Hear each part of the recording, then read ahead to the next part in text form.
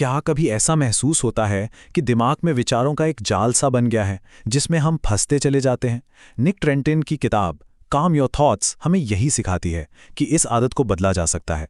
तो चलिए इस सफ़र पर साथ चलते हैं और जानते हैं कि ये कैसे मुमकिन है।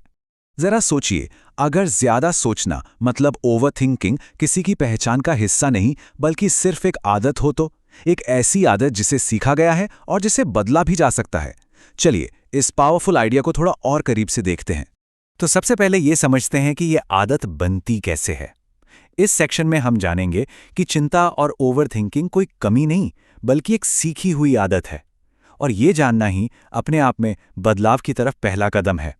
तो सबसे जरूरी बात यह है, चिंता और ज्यादा सोचना ऐसे पैटर्न हैं जो समय के साथ सीख लिए गए हैं, अक्सर बार बार एक जैसे अनुभवों से। ये किसी की पहचान नहीं है बल्कि दिमाग की एक आदत है, और अच्छी खबर यह है कि आदतों को बदला जा सकता है। इसे ऐसे समझिए, जैसे बार बार एक ही रास्ते पर चलने से वहां एक पगडंडी बन जाती है ना? ठीक वैसे ही बार बार चिंता करने से हमारे दिमाग में चिंता का एक पक्का रास्ता बन जाता है। फिर होता यह है कि एक छोटा सा शक भी हमें फौरन चिंता के उसी हाईवे पर ले जाता है। और यहीं पर सबसे अच्छी खबर आती है। हमारे दिमाग में बदलने की एक कमाल की ताकत होती है। इसे न्यूरोप्लास्टिसिटी कहते हैं। इसका सीधा सा मतलब है कि हम अपने दिमाग को नए शांत रास्ते बनाना सिखा सकते हैं। जैसे हमने चिंता करना सीखा है, वैसे ही हम शांति से रहना भी सीख सकते हैं। तो सवाल यह है कि हम अपने दिमाग को बदलें कैसे? इसकी शुरुआत होती है अपनी भावनाओं को समझने से।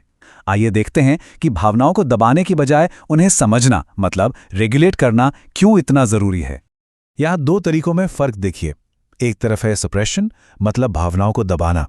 इससे वो गायब नहीं होती बल्कि अंदर ही अंदर जमा होती रहती हैं और फिर किसी दिन तनाव या गुस्से के तौर पर फट पड़ती हैं। और दूसरी तरफ है रेगुलेशन, मतलब उन्हें समझना और फिर सही तरीके से रिस्पॉन्ड करना। ये एक बहुत ही पावरफुल विचार है। हर भावना, चाहे वो गुस्सा हो, डर हो या उदासी, हमें कुछ बताने की कोशिश कर रही है।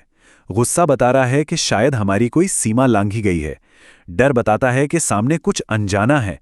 अगर हम इन संदेशों को सुनना सीख लें तो यही भावनाएं हमारी ताकत बन सकती हैं। असल में हमारा दिमाग हमें बचाने की कोशिश कर रहा है, पनिश करने की नहीं। लेकिन कभी-कभी वो हमेशा खतरे वाले मोड में फंस जाता है। हमें बस उसे ये सिखाना है कि अब हम सुरक्षित हैं और हर वक्त डरने की कोई जरूरत नहीं है। तो हम अपने दिमाग को शांत कैसे करें? सबसे पहला कदम है उसे खींचकर वर्तमान में यानी प्रेजेंट मोमेंट में वापस लाना। आइए कुछ बहुत आसान तरीकों को देखते हैं जो इसमें हमारी मदद कर सकते हैं। जब हमारा दिमाग विचारों में उलझा होता है तो हम या तो गुजरे हुए कल में रहते हैं या आने वाले कल की चिंता करते हैं। लेकिन सच तो यह है कि हमारा कंट्रोल सिर्फ और सिर्फ अभी पर है, इसी पल पर है। और ग्राउंडिंग टेक्निक्स हमें इसी पल से जुड़ने में मदद करती हैं। ये एक बहुत ही सरल लेकिन कमाल की असरदार तकनीक है। अगली बार जब भी दिमाग में विचारों का तूफान उठे तो बस इसे आजमा कर देखें। जब हम अपनी पांचों इंद्रियों पर मतलब सेंसेस पर ध्यान लगाते हैं तो दिमाग को सिग्नल मिलता है कि सब ठीक है और वो अपने आप शांत होने लगता है। वर्तमान में टिकना तो पहला कदम हुआ। अब अगला कदम है उन नेगेटिव थॉट पैटर्न्स को एक्टिव तरीके से चुनौती देना और बदलना जो हमें परेशान करते हैं। सीबीटी कोई बहुत जटिल साइकोलॉजी नहीं है। ये एक स्किल है, एक कला है जो हमें सिखाती है कि हमारे दिमाग की हर बात पर आंखें बंद करके विश्वास नहीं करना है।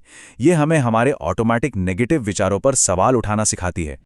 जब भी कोई नेगेटिव विचार आए तो बस एक पल रुककर खुद से ये 3 सवाल पूछने हैं। ये सवाल हमें उस विचार की सच्चाई पर सवाल उठाने और एक नया, ज्यादा बैलेंस्ड नजरिया अपनाने में मदद करते हैं। ये एक बहुत ही आम विचार है ना? इसे सब कुछ या कुछ नहीं वाली सोच कहते हैं, जहां एक गलती भी हमें पूरी तरह से नाकाम महसूस कराती है। लेकिन क्या ये सच है? क्या सच में हमेशा ऐसा होता है? और ये देखिए कि कैसे एक छोटा सा बदलाव पूरा नजरिया बदल सकता है। ये नया विचार ज्यादा संतुलित है, ज्यादा सच्चा है और सबसे जरूरी अपने लिए ज्यादा दयालु है। यह हमें खुद को जज करने की बजाय समझने में मदद करता है। तो अब हम अपनी इस चर्चा के आखिरी हिस्से की तरफ बढ़ रहे हैं। ये समझना बहुत जरूरी है कि ये बदलाव कोई मंजिल नहीं है बल्कि एक लगातार चलने वाली यात्रा है।